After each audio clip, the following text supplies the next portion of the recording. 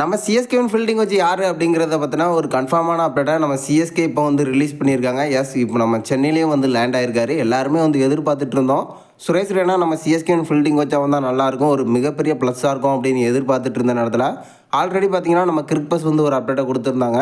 James pastor நம்ம சிஎஸ்கேவின் fielding வச்சா வரப்போகிறாரு, அதுக்கான ப்ராசஸை நம்ம சிஎஸ்கே வந்து ஸ்டார்ட் பண்ணியிருக்காங்க அப்படிங்கிற அப்டேட்டை ஏற்கனவே வந்து சொல்லியிருந்தோம். இப்போ அதை உறுதிப்படுத்துகிற விதமாக நம்ம சிஎஸ்கே இன்றைக்கி ஒரு 6 மணி போல் ஒரு அப்டேட்டை வந்து கொடுத்துருக்காங்க. அதாவது நம்ம சிஎஸ்கேன்னு ஃபீல்டிங் கோச் யார் அப்படிங்கிறத பார்த்தினா ஒரு அஃபிஷியல் அப்டேட்டை வந்து வெளியிட்டிருக்காங்க. எஸ், நம்ம ஜேம்ஸ் பாஸ்டர் தான் நம்ம சென்னையில் வந்து இப்போ லேண்ட் ஆகிருக்காரு. கிட்டத்தட்ட நம்ம சிஎஸ்கேயோட ப்ராக்டிஸ்லேயும் கலந்துக்கிட்டதா இப்போ ஒரு அப்டேட்டாக நம்ம சிஎஸ்கே வந்து கொடுத்துருக்காங்க. ஸோ எல்லோரும் எதிர்பார்த்துட்டு இருந்தோம் ரெய்னா வந்தால் நல்லாயிருக்கும் அப்படின்னு. ஒரு மிகப்பெரிய ஏமாற்றம். இவரை பொறுத்த வரைக்கும் ஒரு இங்கிலாந்து வீரர், ஆல்ரெடி வந்து சொல்லியிருந்தோம் விக்கெட் கீப்பர் ரோல் தான் வந்து அதிகமாக பண்ணியிருக்காருன்னு. ஸோ ஐபிஎல்லில் சில டீமுக்காக வந்து ஃபீல்டிங் கோச்சும் வந்து பண்ணியிருக்காரு. இப்போ நம்ம சிஎஸ்கே டீமுக்காக ஃபீல்டிங் கோச் பண்ண போகிறாரு.